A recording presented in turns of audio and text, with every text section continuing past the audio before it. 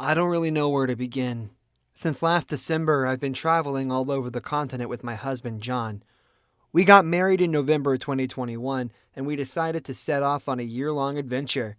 We started in London, and by November of this year, we found ourselves staying in a beautiful, isolated villa near the town of Larvik in Norway. We wanted to explore Bolkeskogen, the beech tree forest, but I was already unsettled by the time we reached Norway. For a few months, I'd been certain that a man was following us. He'd probably been on our tail since London, but it was only when we reached Berlin that I became acutely aware of him. He was standing in the street, watching as I drew the curtains closed. John and I were staying on the first floor, and the man was standing on the pavement in front of our hotel. This haunting silhouette seemed frighteningly familiar. I could scarcely see his face as he'd concealed it beneath a hood, but his green parka was so vivid that it sent a cold wave rushing through my body. I should have noticed him sooner. I'd seen him before. In Barcelona, he had been on the walking tour with us.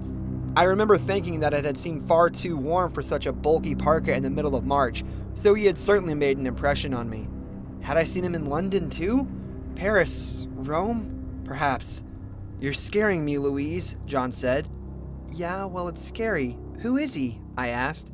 "Probably someone completely different," John replied, but his voice seemed unsteady. "It's him, John. I think I saw him in Belgium too, in that pub, the terrible one." "The one with the beer?" he asked.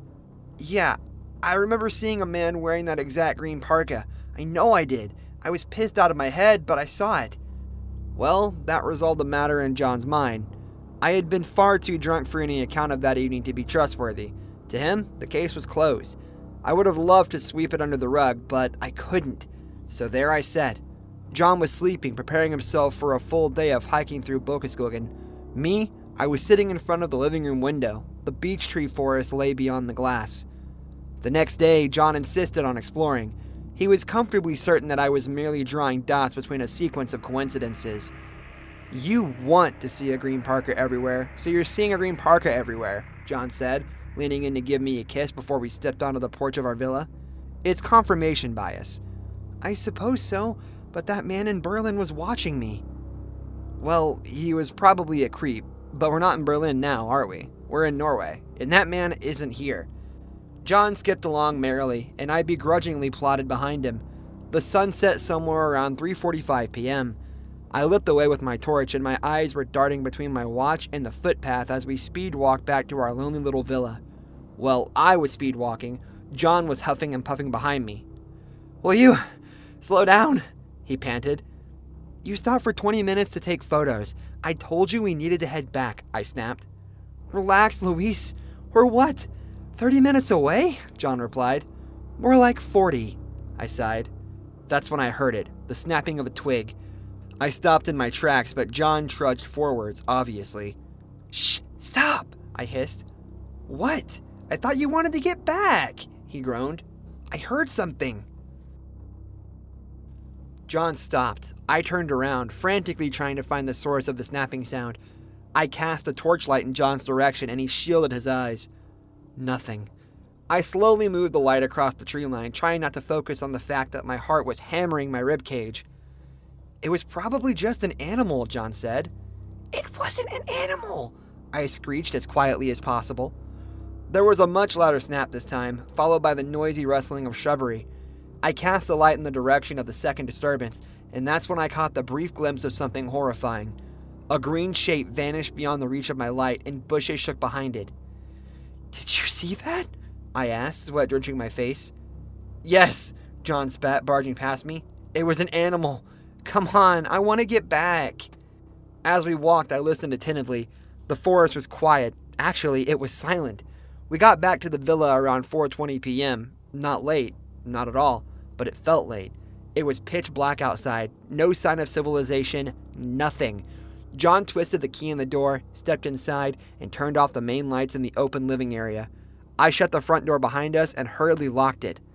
"I'm going to bed," John grumbled, stomping up the staircase to the bedroom. "I'm just going to stay out here a while," I replied, gulping. I stood in the living room and stared out of the window. Then the motion sensor light came on. There, standing in the middle of the clearing between our villa and the tree line, was the man in the green parka. I froze. The man and I must have locked eyes for no more than 10 seconds, but it felt like an eternity. Detecting no more motion, the light turned off. The sound of shattering glass followed, as did scattering footsteps. The hooded man had hurled something at the light to break it. "Luis?" John appeared at the top of the stairs. "Stay there, John," I warned. "What was that sound? Did you break something?" he asked. "Do not come downstairs." I would have said more, but I was interrupted by the sound of knocking on the front door. "What the? Who's that? We're in the middle of nowhere!" John bellowed. "Do not come downstairs," I repeated. He didn't listen. He raced downstairs, but I didn't trust John in a crisis. I yanked the door open, and John gasped as he realized I had been right all along. The man in the green parka. "Oh, God. Call the police!" I screamed, refusing to peel my eyes away from the menacing figure in the doorway. John? I whimpered, maintaining eye contact with the man at the door. John did not reply. "My name is Peter Blake," the man said. "Leave me alone," I wept. "My daughter, Abigail, she died here 5 years ago," the man explained, ignoring my incessant crying. "This is where it always ends. This is where the victims disappear, never to be seen again." "Please," I begged. "I wasn't following you to hurt you. I had to warn you. I'm trying to save you," Peter said. "Save me from what?" Louise asked. It happened so quickly. There was John. He'd slipped out the back of the treehouse. He stood at Peter's side, plunging the knife into the side of the stranger's skull. Then he let the hooded man's body crumple to the ground. But all I really remember is that smile. That awful smile. "From me," John answered. I screamed and sprinted into the kitchen, slinking through the open back door. I started to run towards the forest. I figured that my safest bet was to hide somewhere deep in the forest until morning. Then I could get my bearings. Realizing I left the torch at the house, I pulled out my phone and used it to light the way. Over the sound of my rapidly beating heart and the grass crunching beneath my feet, I heard laughter.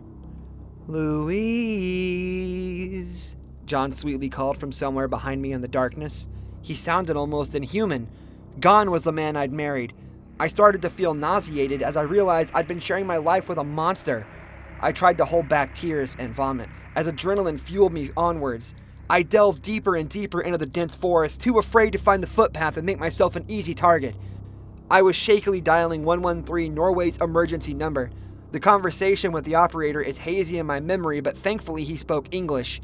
I gave him the address of the villa, and he told me that it would take half an hour for the dispatch police officers to reach the house. I turned off my phone light. I didn't want to advertise my location to him. I remember thinking that maybe I could stay deathly quiet and wait for the police to scare John away. 30 minutes at the very least before they even started to search the forest. It was too long.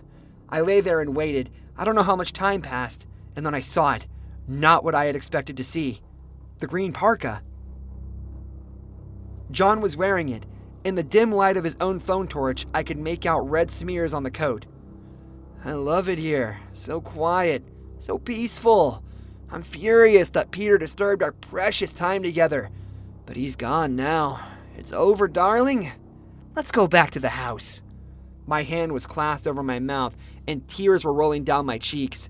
John looked around, surveying the area with his phone light. He must have been no more than 30 yards away from me. Fortunately, my little den was far too dense and overgrown for my body to be visible, but I could sense John's temperament changing. "You think I want to be out here in this cold forest? I'm getting bored now, Luis. Come out, and we could pretend none of this ever happened." He was on the verge of leaving, and then my phone rang. It was my mom. I was supposed to call her that evening. If only she'd waited, just waited until the morning. I still hear John's victorious laugh in my dreams, a blood-curdling sound, like an animal that had finally caught its prey. "Do I see you in there, Luis? That looks cozy. Mind if I join?" I scrambled out of the den and started running. I left my phone. I know, don't even say it. If you've ever been in a life or death situation, you should know that rational thought leaves your brain. I knew my best chance was to loop back to the house and hide somewhere until the police came. After 10 minutes of bumping into trees and nearly tripping on branches, I saw the distant lights of a house. The villa. I was almost there, but then everything fell silent around me. I froze. There was the sound of crunching leaves right behind me. "Hello, darling," John whispered in my left ear. I felt that pain twice as John then wrenched the knife from my body and pushed me to the ground. "You were my favorite. I hope that gives you comfort. You really impressed me," John said. But Peter was right. Everything ends here. This is where I come to reset. "Wait!" I cried, stalling for time. "Don't you want to know?" I rolled over onto my back, crying out in pain and gazing up at the green parka that hovered above me. John tilted his head to one side, seemingly curious.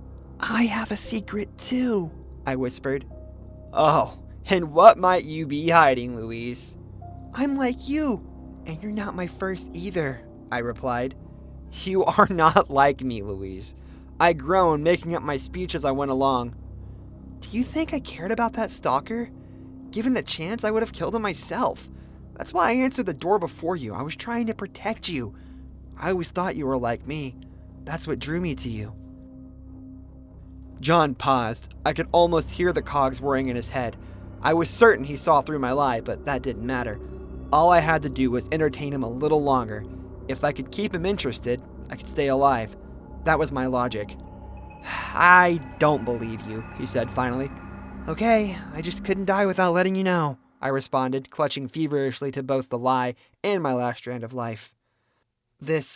No, shut up, Louise. What game are you playing? This isn't part of the... You're not playing your part, John scowled. He was furious. "It doesn't matter either way," he sighed. "If you were like me, you'd understand that I have to do this." Sirens. Hallelujah, I thought. I blinked and the man in the green parka was gone. After months of being followed, it felt strange to finally be free. No eyes on me at long last. All I could see was the night sky, a cold chasm of darkness above me. "Over here!" I screamed hoarsely into the night. I screamed that over and over again until the police officers found me.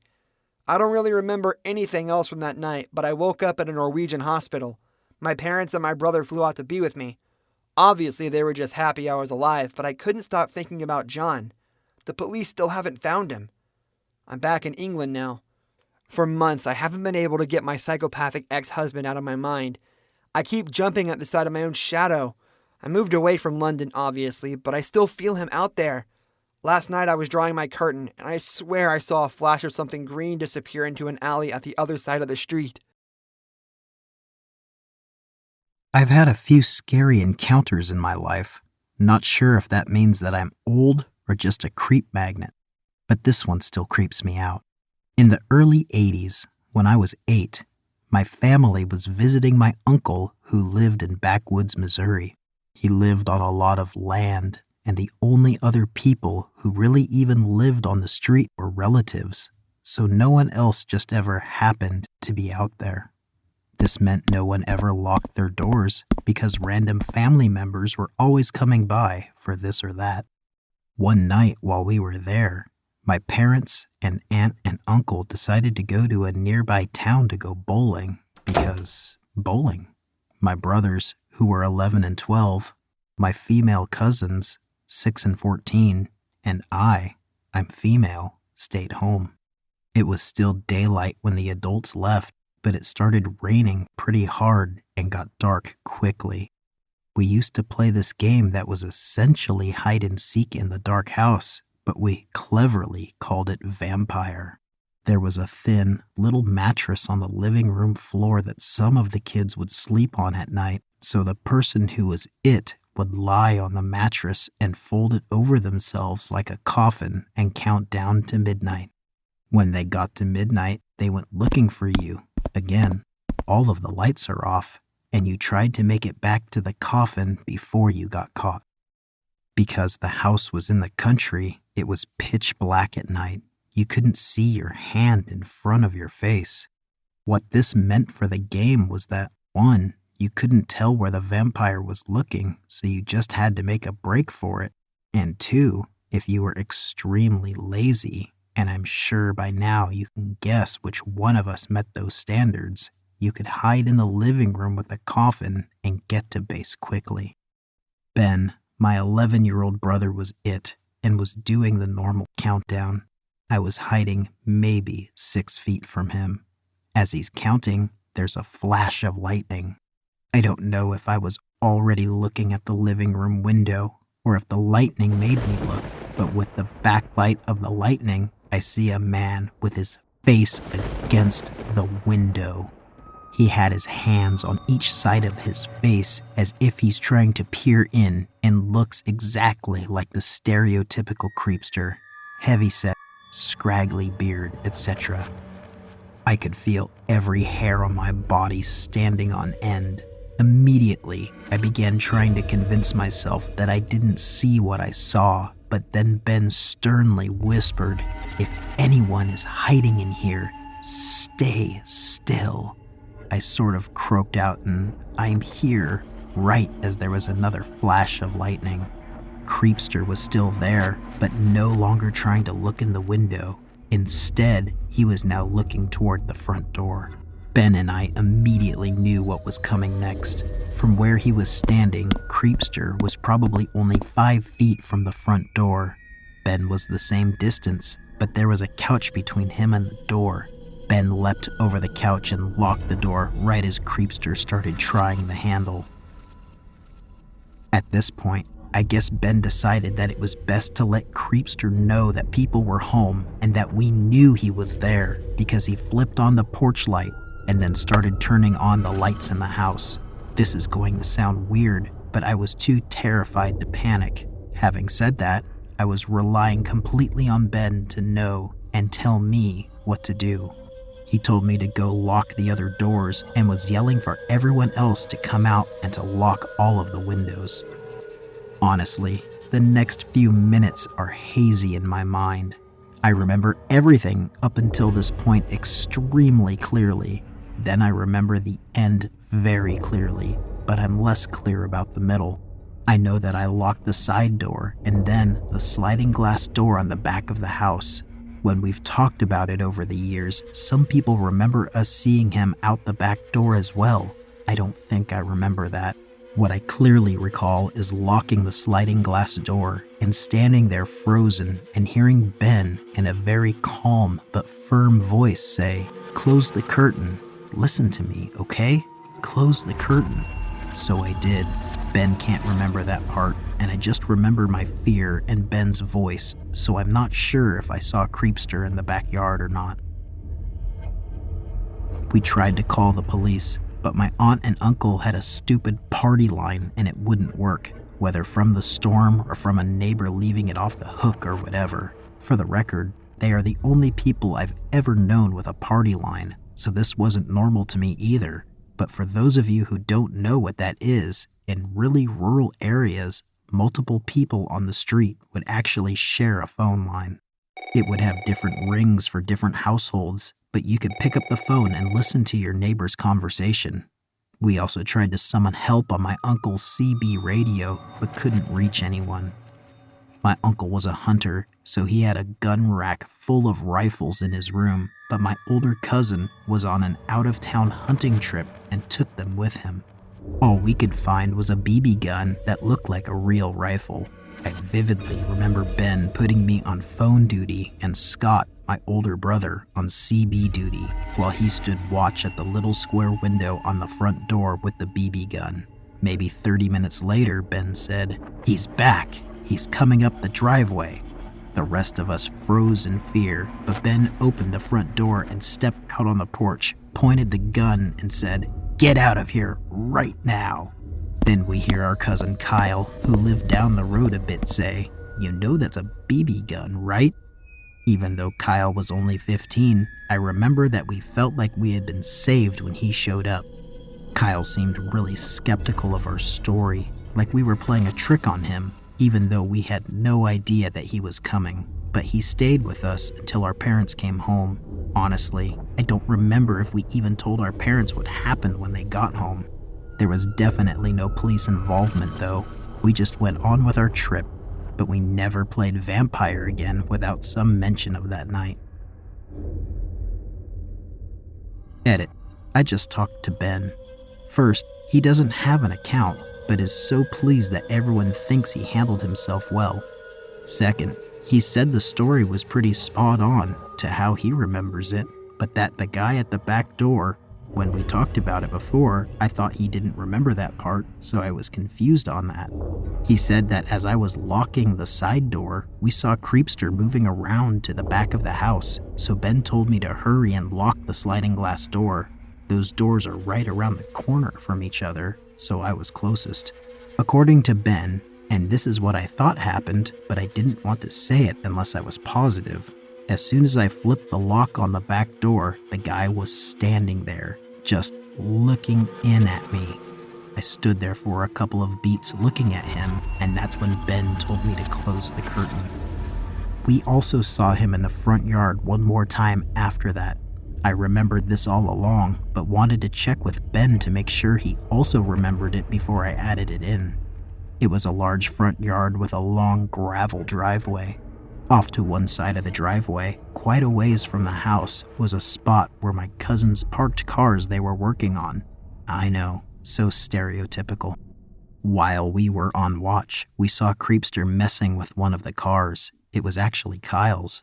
When he couldn't get it started, he walked into the woods that ran beside the house. We didn't see him again after that.